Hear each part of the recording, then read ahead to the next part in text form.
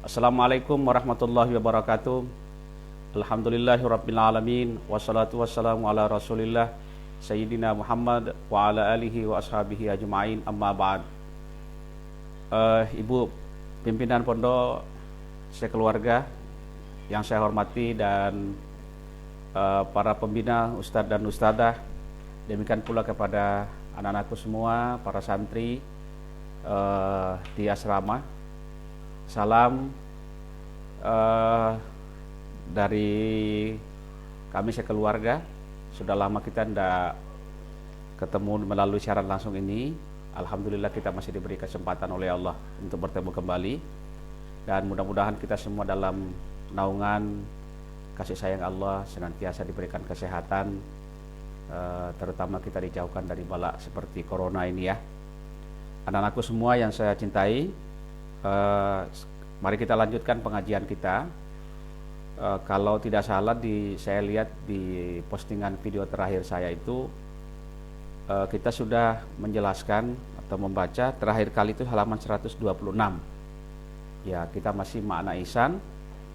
Ya, makanya anak-anakku saya minta untuk membuka halaman 127.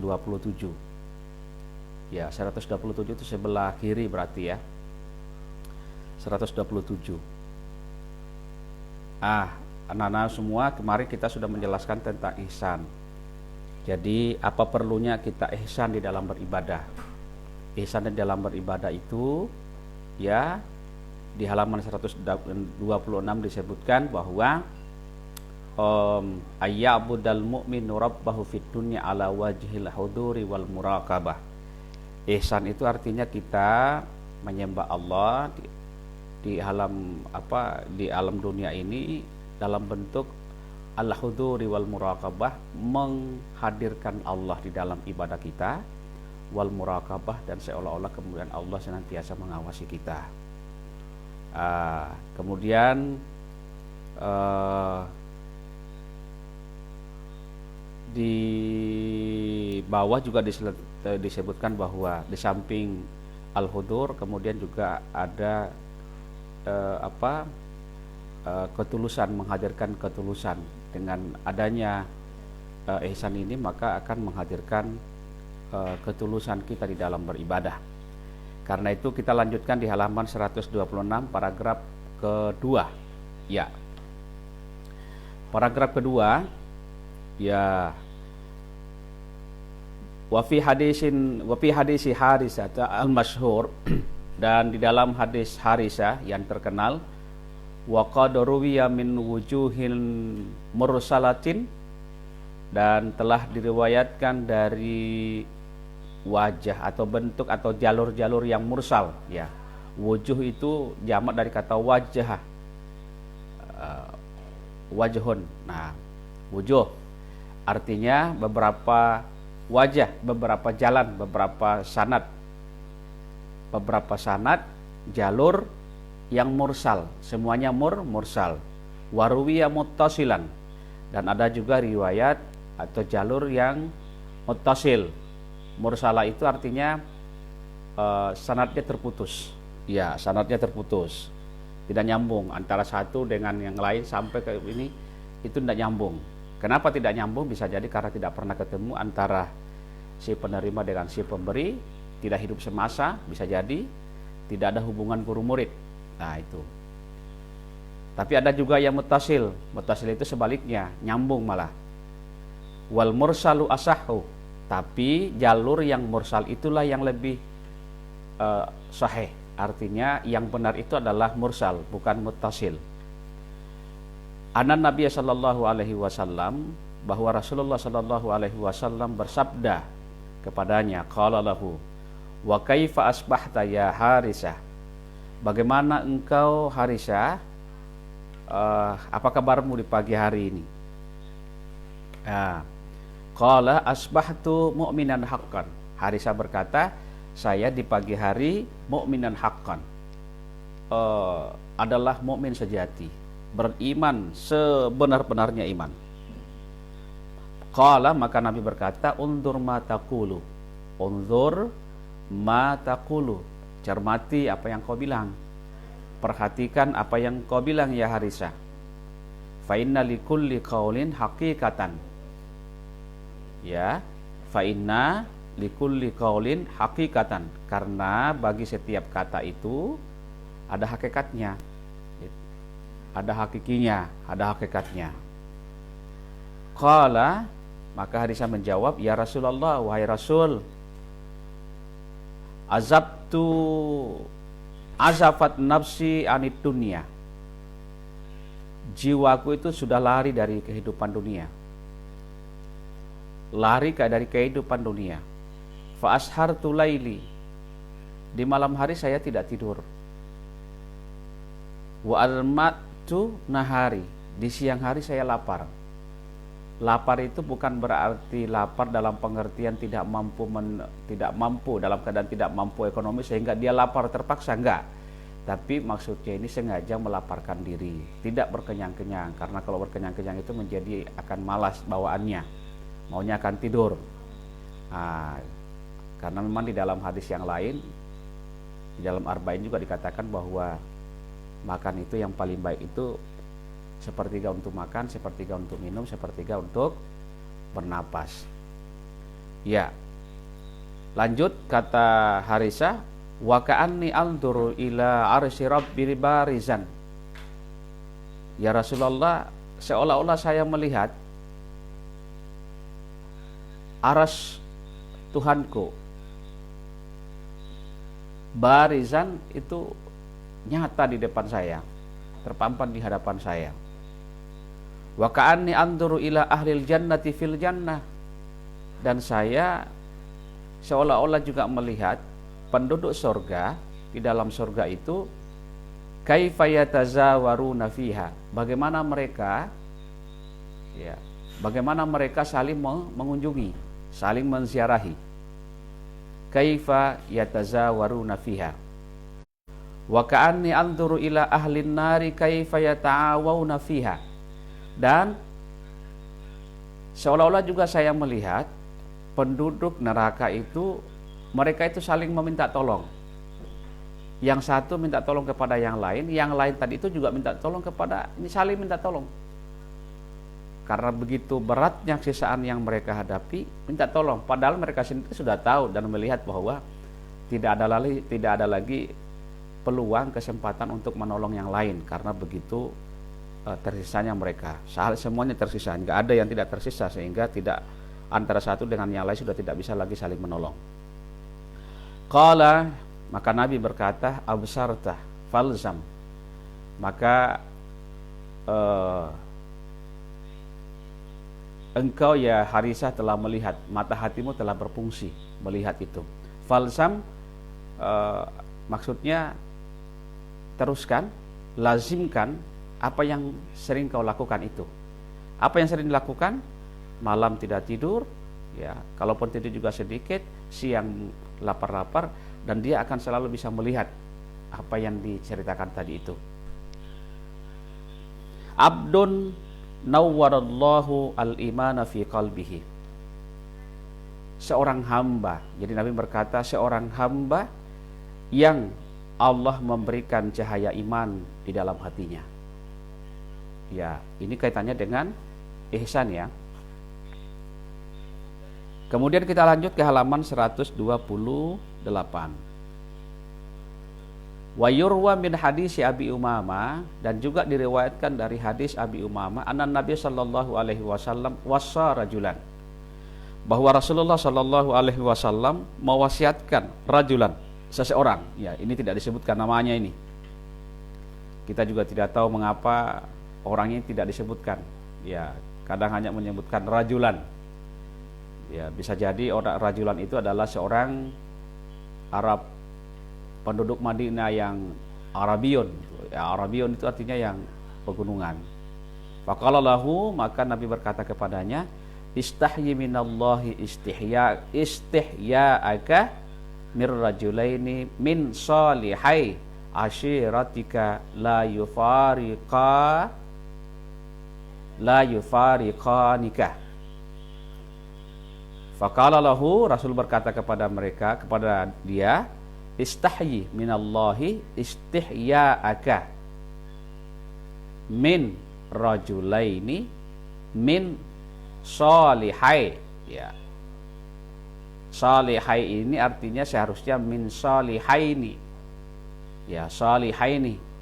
Tapi dibaca min salihai bihadfin nun. Nunnya, nun tasniahnya itu dibuang karena dia kedudukannya mudhaf. Mudhaf, ya, mudhafun ilainya adalah asyirah. Ya, salihai asyiratika la yufariqanika. Malulah engkau kepada Allah.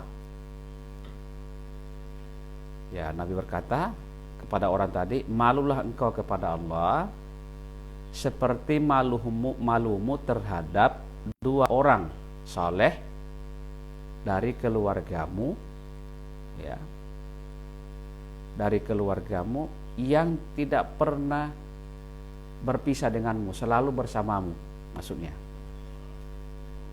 Jadi malulah kamu kepada Allah seperti malumu terhadap dua orang saleh dari kalangan keluargamu.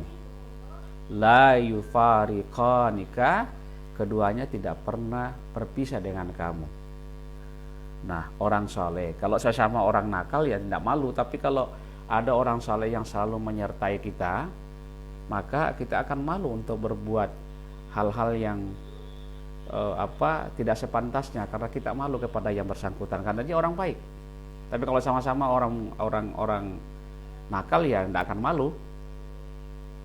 Orang nakal itu kalau di hadapannya orang saleh ya pasti dia malu melakukan perbuatan yang tidak sesuai dengan ajaran agama, tidak sesuai dengan norma agama, atau tidak sesuai dengan norma masyarakat.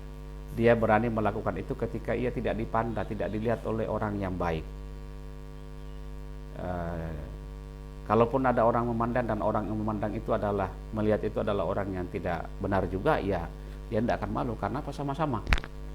Nah, bagaimana malunya kita kepada orang-orang yang saleh itu sehingga kita tertahan untuk melakukan hal-hal yang tidak benar, maka seperti itulah katanya, kata Nabi, ya, menurut Ustaz tadi, malunya kita kepada Allah.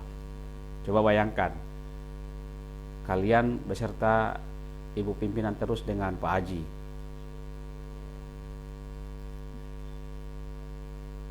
Mau gak kalian berbuat keonaran hal-hal yang ini? Enggak kan, karena di situ ada ibu pimpinan, Ustaz, ada Pak Haji lagi bersama-sama dengan situ. Maulah kalian melakukan itu?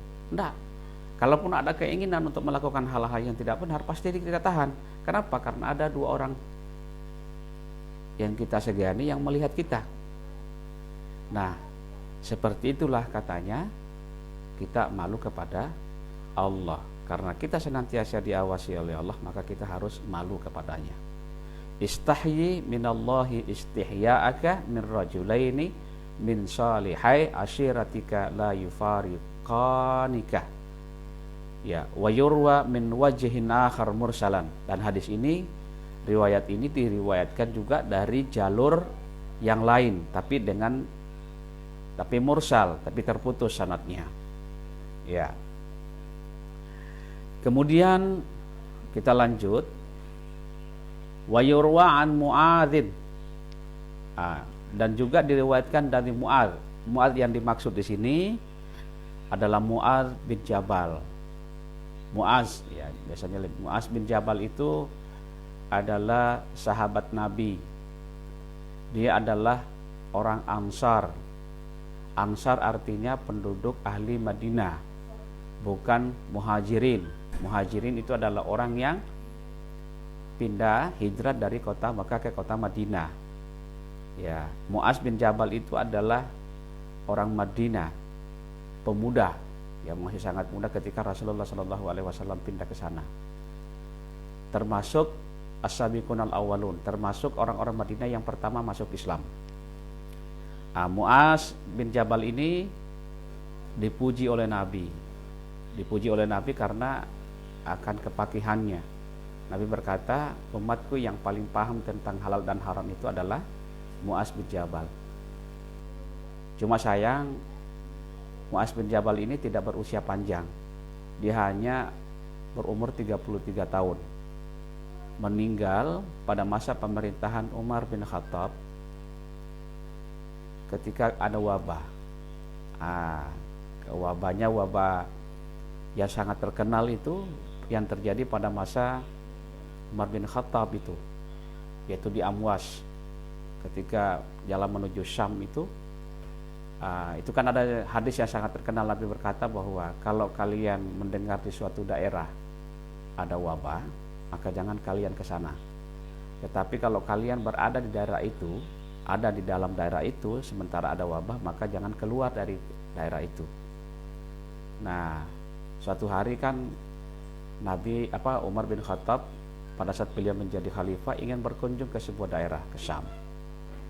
Lalu kemudian tiba-tiba beliau mendengar bahwa di sana itu sedang ada wabah.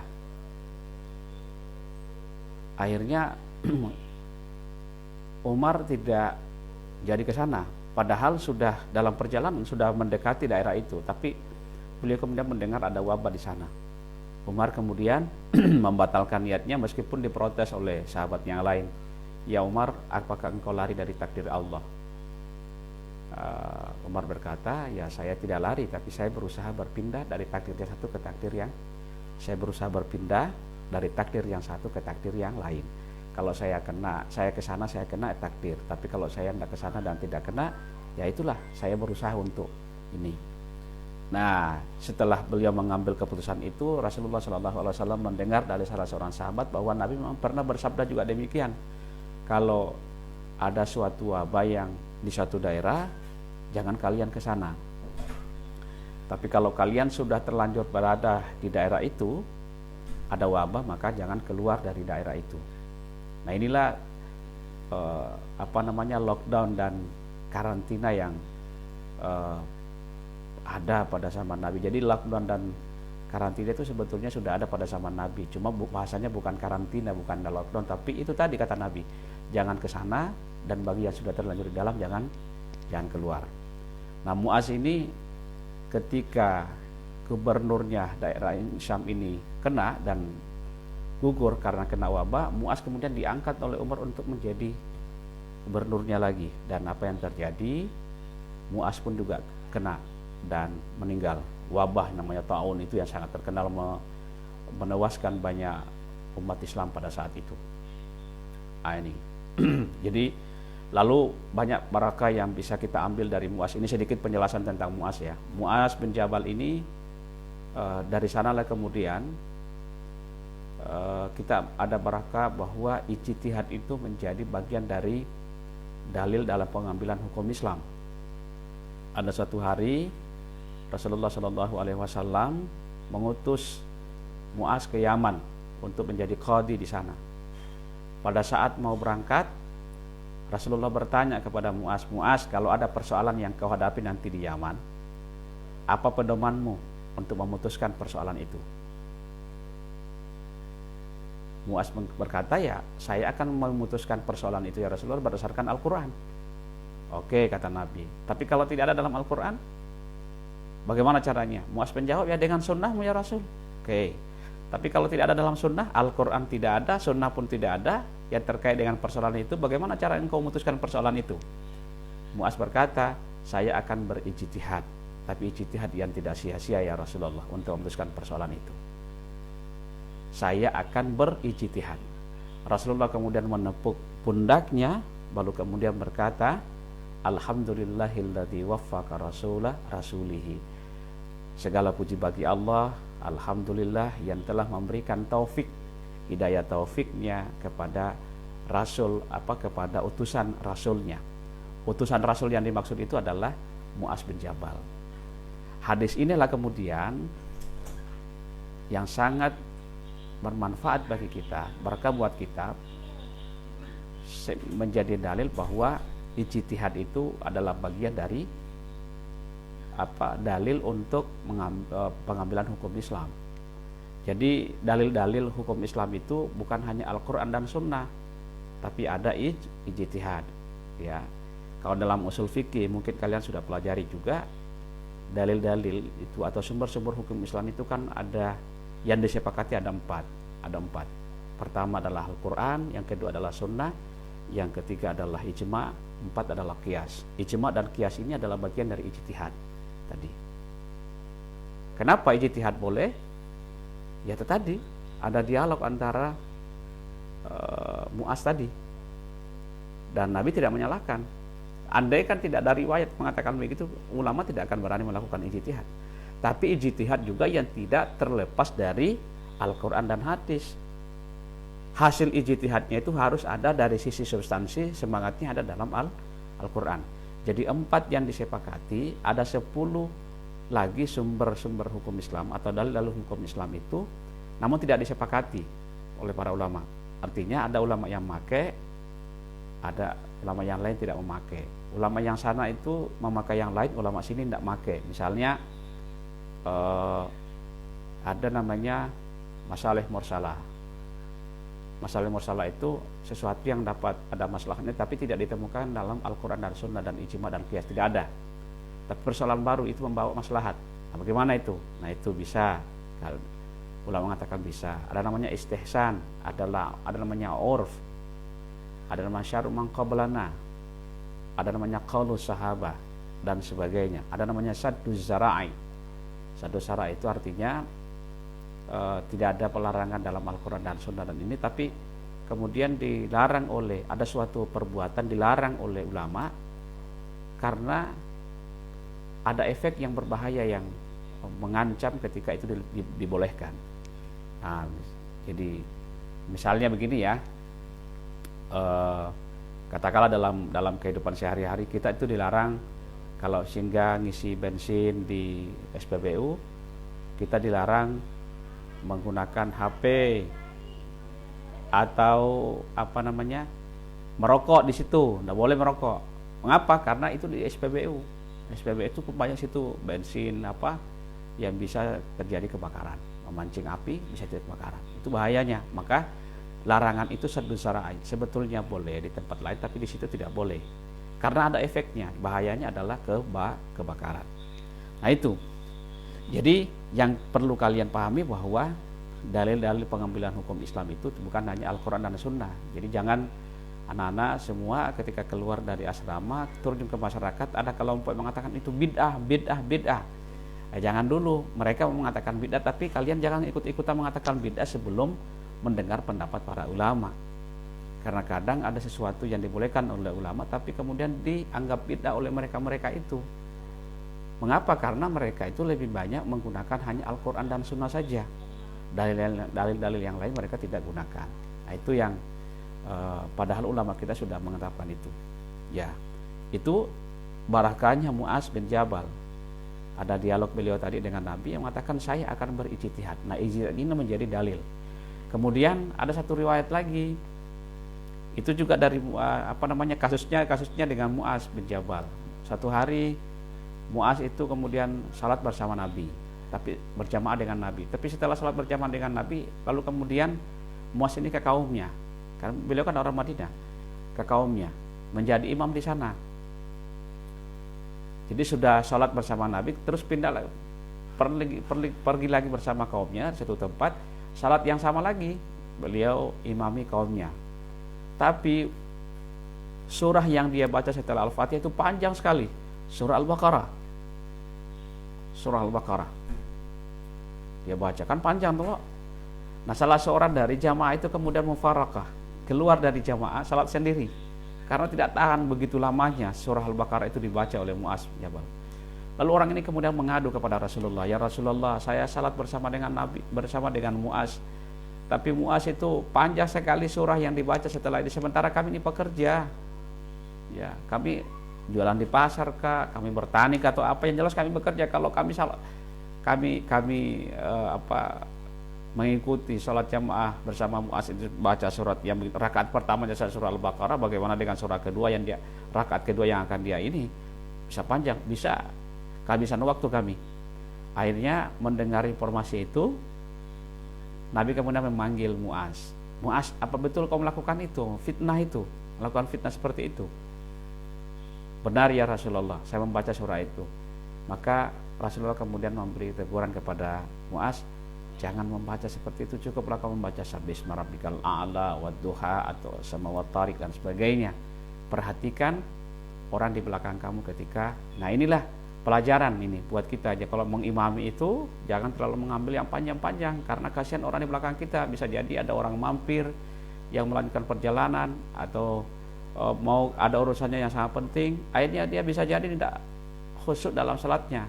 Di satu sisi dia mau kembali ke pekerjaannya, tapi sisi yang lain bacaan kalian sebagainya itu panjang, hanya gelisah. Nah, jadi tapi ini kadang itu baru keluar dari pesantren ke kampungnya, begitu diminta jadi ngambil, tampilkan kemampuannya, ya ambil yang panjang-panjang. Nah itu ya tidak dianjurkan, karena itu sudah motivasinya menjadi begitu bukan karena Allah, tapi untuk mendapatkan pujian. Nah itu kasusnya Mu'az. Artinya dengan adanya kasus yang Mu'az itu yang ditegur oleh Rasulullah, itu menjadi pelajaran buat kita bahwa mengimami orang salat itu jangan ngambil panjang-panjang salatnya. Kemudian kalau sudah tahu kemampuannya, kemudian orang-orang di situ yang kita imami itu bahwa kemampuan hafalannya itu hanya itu, ya itu juga yang kita baca, supaya nanti kalau kita ada salah nyambung, mereka bisa nyambung, bisa memperbaiki, mengoreksi bacaan kita.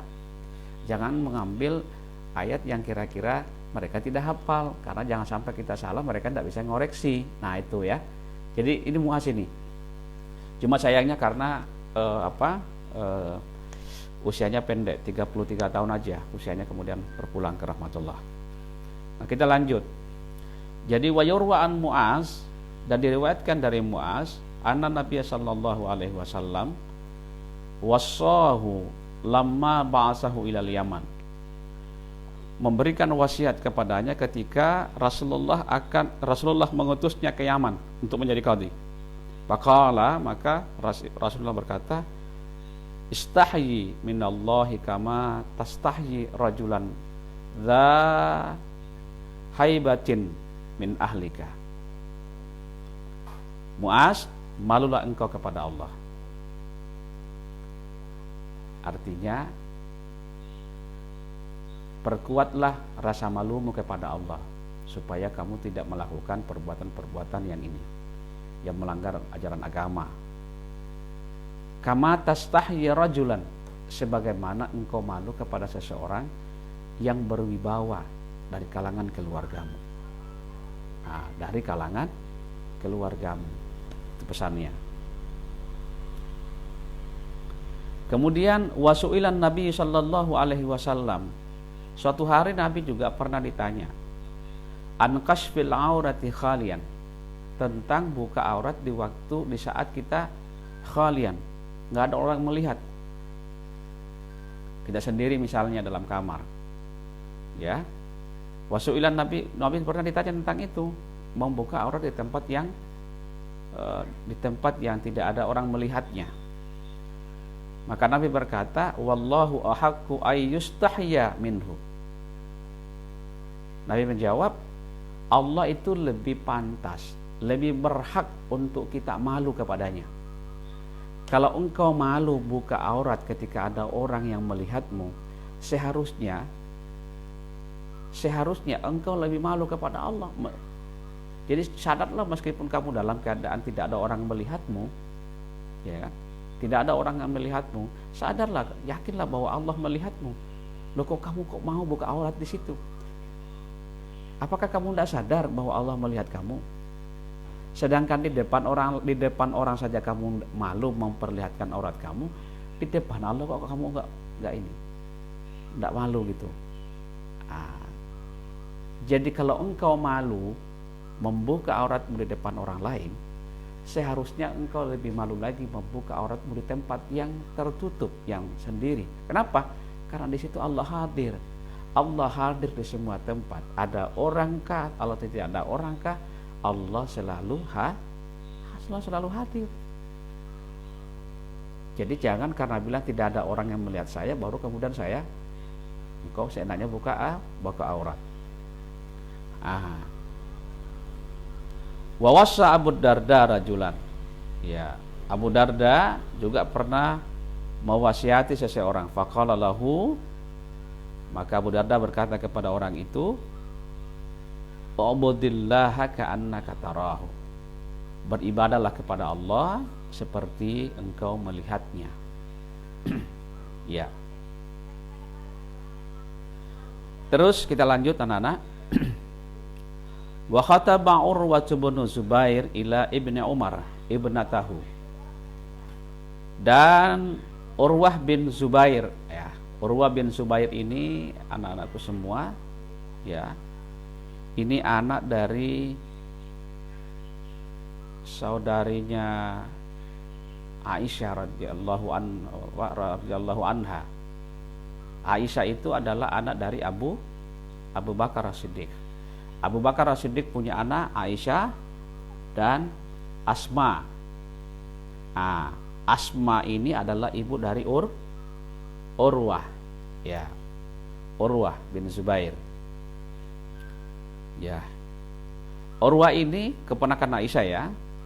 Urwah ini bin Zubair ini melamar anak Ibnu Umar. Ibnu Umar, sekali lagi Abdullah bin Umar anak Umar bin Khattab. Berarti anak dari Ibnu Umar itu adalah cucunya Umar bin Khattab, ya. Anak dari Ibnu Umar, ya. Ila Ibnu Umar ibnatahu.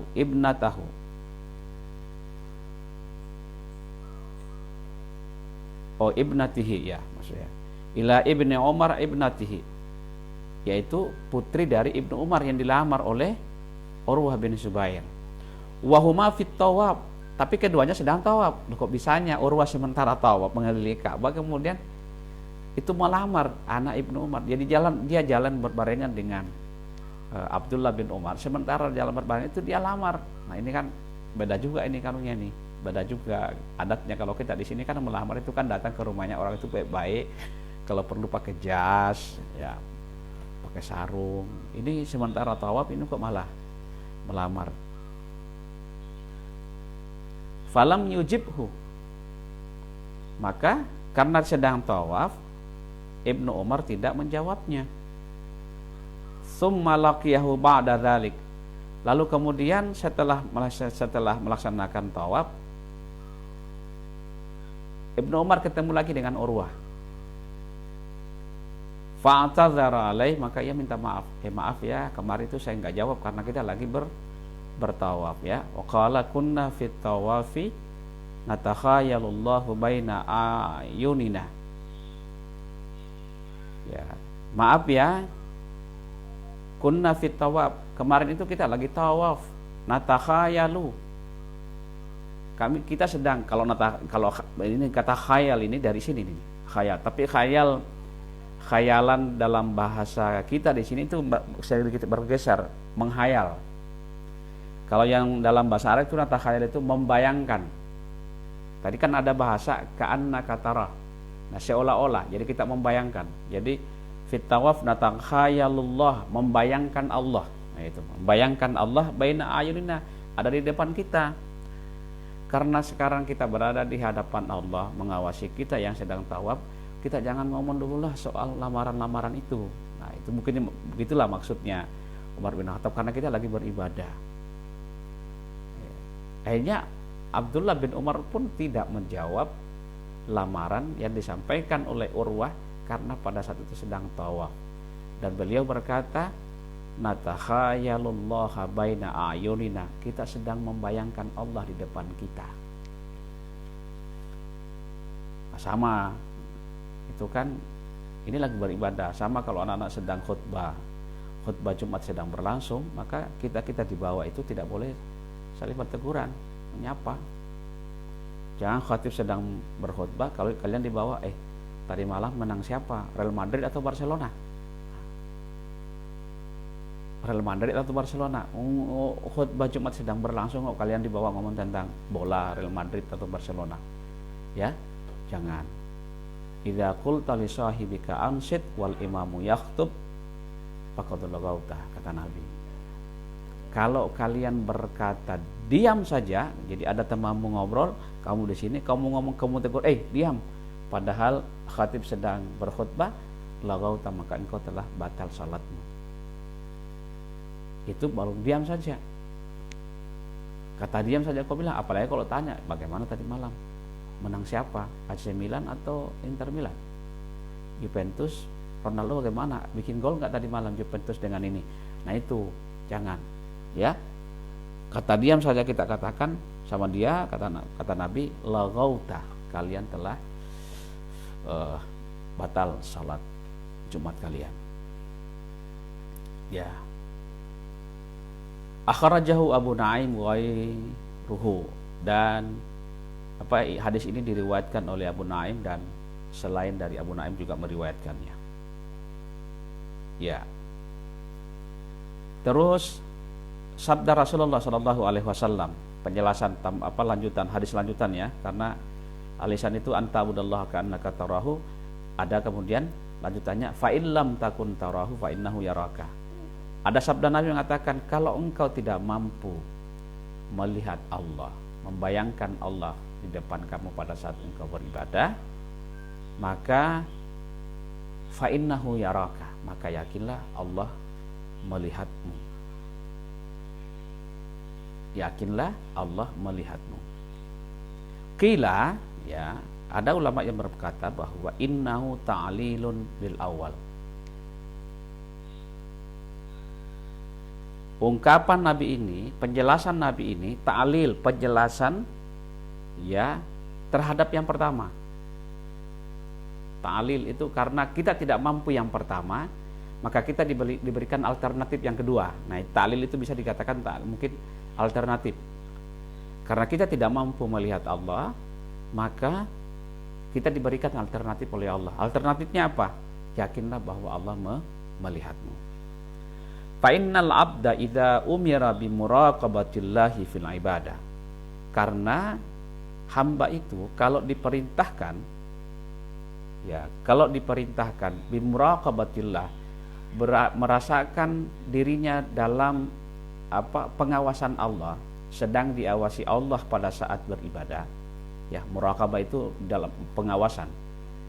Kalau seseorang itu diperintahkan untuk bagaimana dia menghayal, membayangkan Allah sedang mengawasi dia pada saat dia beribadah, wastihdari qurbihi min abdihi, kemudian kita menghadirkan rasa dekat dengan Allah terhadap kita sebagai hamba, hatta ka'annal abda yarahu, hingga seolah-olah seorang hamba itu kemudian melihatnya, fa innahu qad yashukura lika alaihi.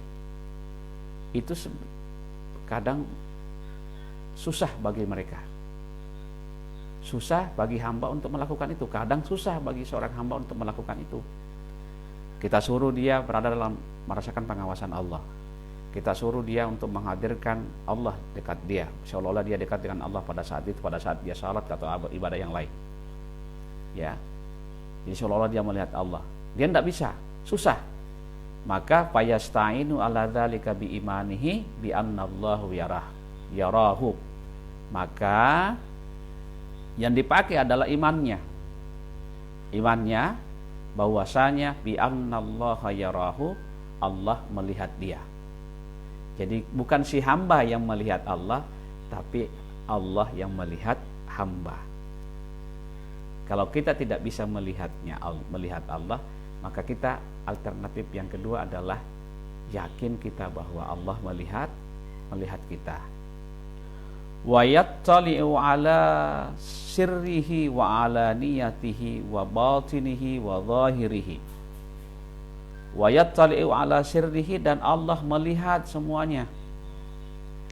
Sesuatu yang sifatnya rahasia, ya sirri, wa alaniyatihi, yang terang-terangan dari kita, baik yang sifatnya batin itu yang ada di dalam tubuh kita, dalam hati Allah, maupun zahirnya, apa yang di luar dari jawahir kita, badan kita, yang kita lakukan secara tampak. Wala yakhfa alaihi syai'un min amrihi, tidak ada satu pun ya yang tersembunyi, yakhfa alaihi, tersembunyi kepadanya, kepada Allah, ya, min amrihi, tidak ada satu pun yang tersembunyi kepada Allah dari urusan-urusan kita. Fa idza haqqaqa hadzal maqam, Ibnu Rajab berkata, fa idza haqqaqa hadzal maqam, kalau makam ini, ya, posisi ini sudah terrealisasi, ya, sudah terrealisasi, bisa terlaksana, maksudnya bisa terlaksana, sahula alaihil intiqalu ilal maqam tsani, maka sahula alaih, gampang bagi si hamba tersebut al intiqalu, berpindah kepada makam yang kedua.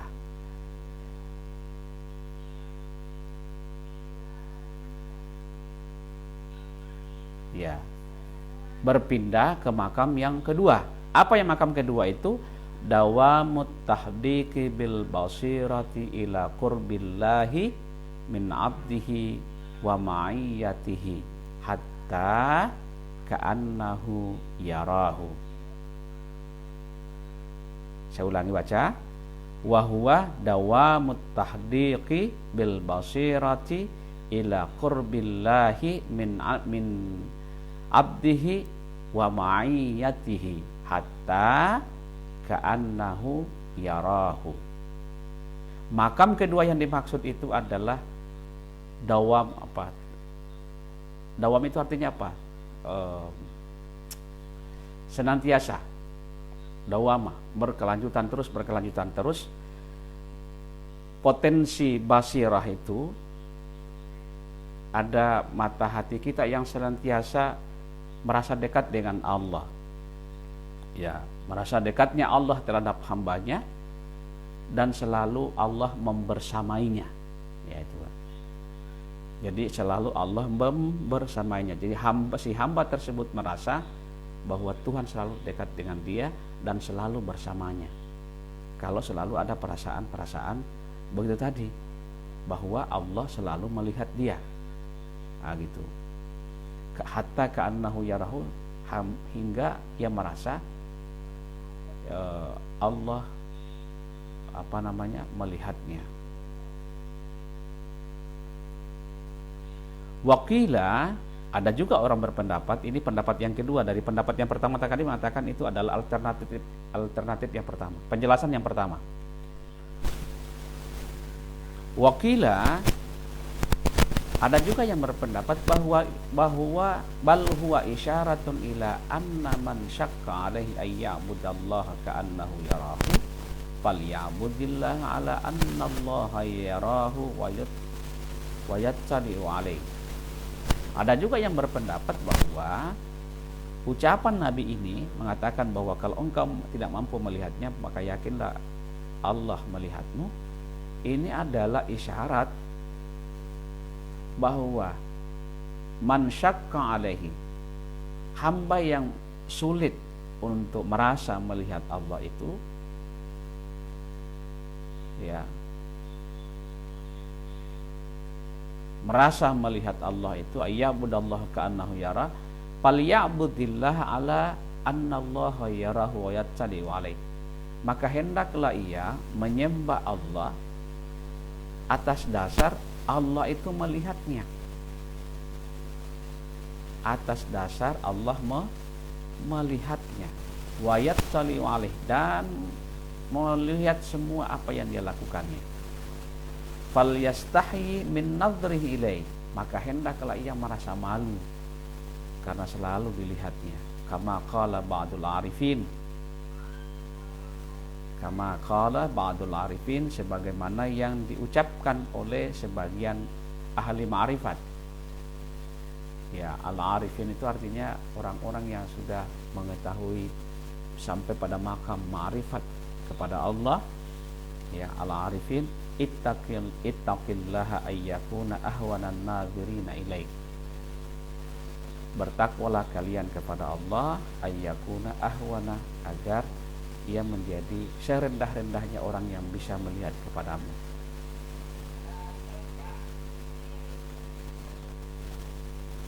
Wa qala ba'duhum, dan sebagian di antara mereka berkata, khafillah ala qadri qudratihi alaika, takutlah kamu kepada Allah sesuai dengan kadar kodratnya terhadapmu. wastahyi minhu ala qadri qurbihi minka, dan malulah engkau kepadanya sesuai dengan kadar kedekatannya terhadapmu. Ya. Ya.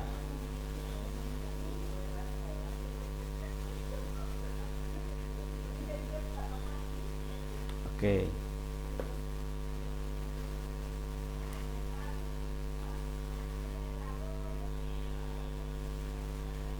Qalat ba'dul arifin, ba'dul arifati minas salaf. Sebagian ahli ma'rifat juga berkata dari kalangan salaf, man amila lillahi alal musyahadah, siapa yang beramal karena Allah atas dasar kemampuan dia bisa menyaksikan Allah seperti dia melihat Allah, fahuwa arifun, dia itu adalah orang yang ma'rifat. Disebut arif, melihat, bisa berma'rifat kepada Allah.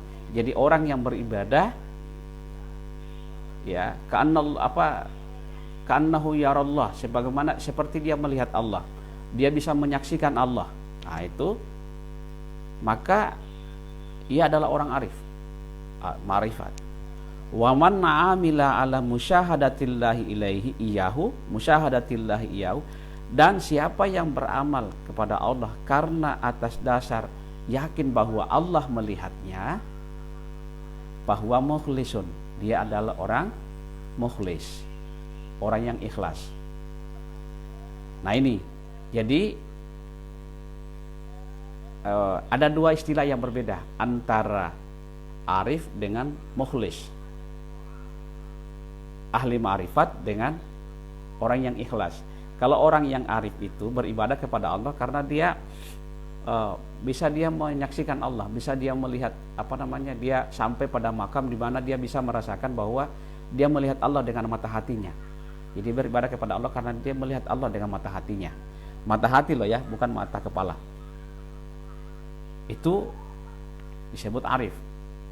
Tapi orang yang tidak bisa melakukan begitu, dia hanya beribadah kepada Allah karena yakin bahwa Allah melihat dia, itu namanya ikhlas. Ikhlas. Jadi ini kita mengenal dua istilah ya, dihafal itu, ingat itu dua istilah itu. Siapa itu orang arif, siapa orang mukhlis, itu tadi penjelasannya. Ya.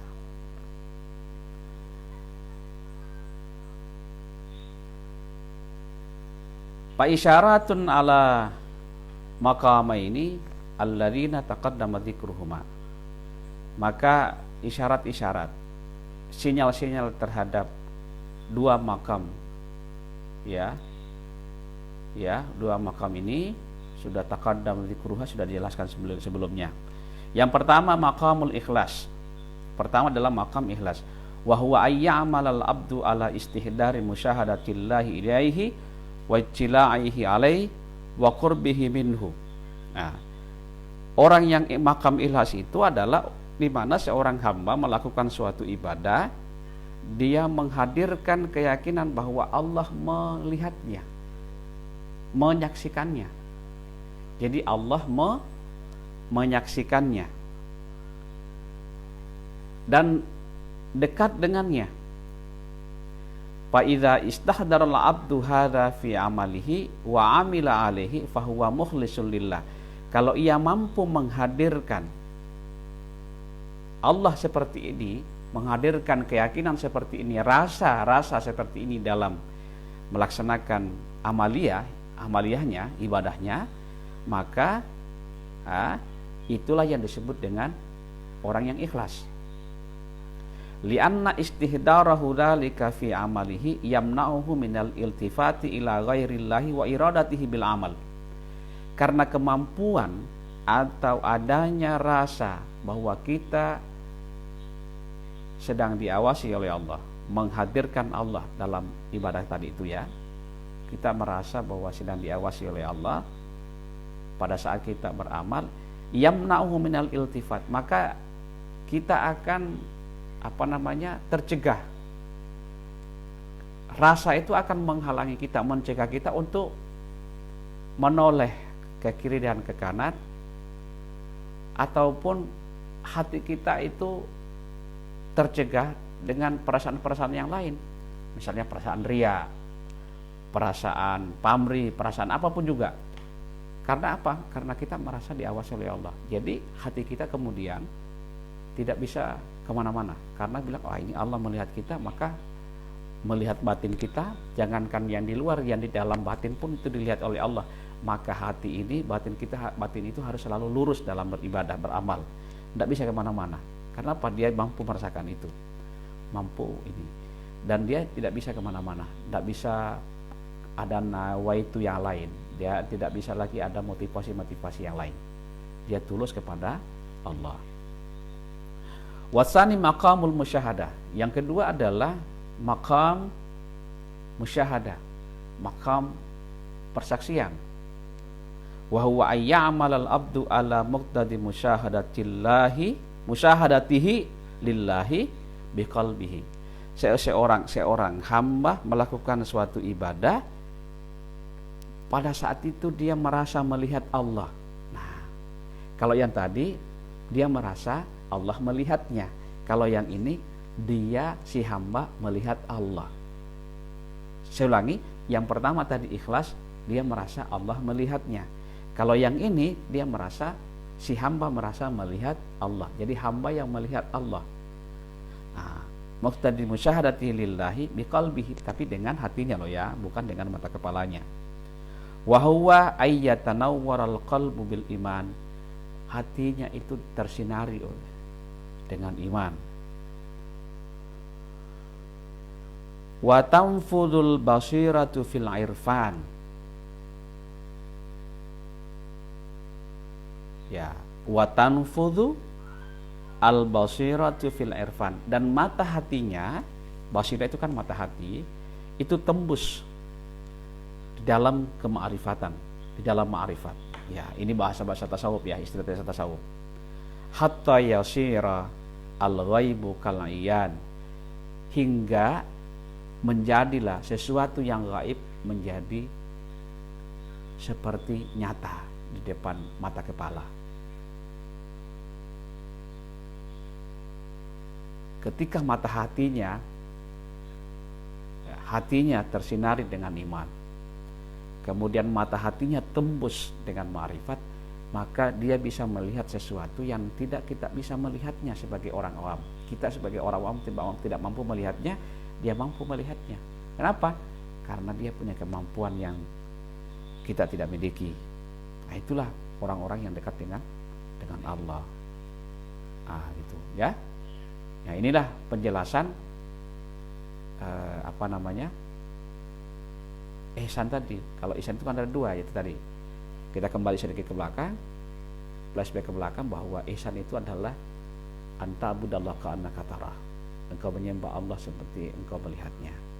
Fa illam takun tara. Tapi kalau kita tidak mampu merasakan itu, maka yakinlah Allah melihat kita. Jadi tadi pertama, kita melihat Allah, tapi kalau kita tidak mampu, yakinlah Allah melihat kita. Ini dua-duanya luar biasa.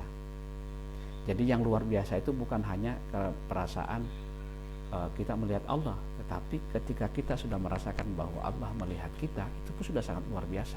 Kalau kita punya keyakinan bahwa Allah melihat kita, mungkin kita tidak mampu melihat sesuatu yang gaib darinya, seperti yang dimiliki oleh kemampuan ulama-ulama yang ma'rifat. Tetapi yang luar biasanya adalah kita tidak akan selalu terhalang dari perbuatan-perbuatan yang tidak seharusnya kita lakukan kalau kita dilihat oleh orang banyak. Jadi jangan berkata, tidak apa-apa ini kita lakukan karena kita tidak dilihat Allah. Tidak apa-apa. Itu berarti tidak ada kesadaran di dalam hati kita bahwa Allah melihat kita. Kalau kita masih berkata tidak ada yang melihat kita. Ini penjelasannya. Wa hadza huwa haqiqatu maqamil ihsanil musyar ila fi hadis Jibril alaihi salam. Inilah hakikat dari maqam ihsan yang diisyaratkan di dalam hadis Jibril alaihissalam, yang seperti yang diceritakan di awal-awal ya. Wa yatawafatu ahli hadzal maqami fihi bihasbi quwwati nufudil basair. Dan orang-orang itu, makam-makam itu bertingkat-tingkat. Ya, saya kira kalian itu sudah belajar mengenal istilah maqam, kedudukan orang-orang itu terhadap Allah. Jadi wa yatawafat bertingkat-tingkat ahlu hadal maqam, ahlinya makam ini, orang-orang yang ada di makam ini. Jadi makam ihsan, tapi sama-sama di makam ihsan, tapi tingkatannya berbeda-beda. Ya, sesuai dengan bihasbi quwwati nufudil basair, sesuai dengan kemampuan atau daya mata hatinya. Kalau mata hatinya bisa menembus sesuatu yang gaib tadi, ya, dia punya ma'rifat, maka tentu dia punya makam yang lebih tinggi. Tapi kalau dia tidak bisa, tapi paling tidak dia bisa mencegah amalnya, perilakunya dari hal-hal yang buruk, itu juga makam ihsan, tapi makam ihsan yang kedua. Saya kira demikian anak-anakku semua yang bisa kita jelaskan dari hadis Nabi ini tentang ihsan. Mudah-mudahan Allah Subhanahu wa taala memberikan umur yang panjang, sehat, sehingga kita bisa nanti bertemu kembali untuk pembahasan di halaman selanjutnya. Dan yang tak kalah pentingnya, Allah juga senantiasa memberikan berkah kepada kita dari apa yang kita pelajari hari ini. Al-Fatihah. A'udzubillahi minasyaitonirrajim. Bismillahirrahmanirrahim. Alhamdulillahirabbil alamin. Rahmanirrahim. Maliki yaumiddin. Iyyaka na'budu wa iyyaka nasta'in. Ihdinas siratal mustaqim, siratal ladzina an'amta 'alaihim ghairil maghdubi 'alaihim waladdallin. Amin ya rabbal alamin. Bismillahirrahmanirrahim. Alhamdulillahirabbil alamin. Allahumma shalli wa sallim ala sayyidina Muhammad wa ala alihi washabihi ajmain. Allahumma 'allimna ma yanfa'una wa anfa'na bima 'allamtana. Allahumma ja'alna wa auladana wa dhurriyyatina min ahlil 'ilmi wal khair wa la taj'alna wa iyyahum min ahli syarri wa ahli thair. Allahumma faqihna fid din wa 'allimna at-ta'wil. Rabbana atina fid dunya hasanah wa fil akhirati hasanah wa qina adzabannar. Subhana rabbika rabbil izzati amma yasifun wa salamun alal mursalin walhamdulillahi rabbil alamin. Taqabbalallahu minkum minna wa minkum taqabbal ya karim. Assalamualaikum warahmatullahi wabarakatuh.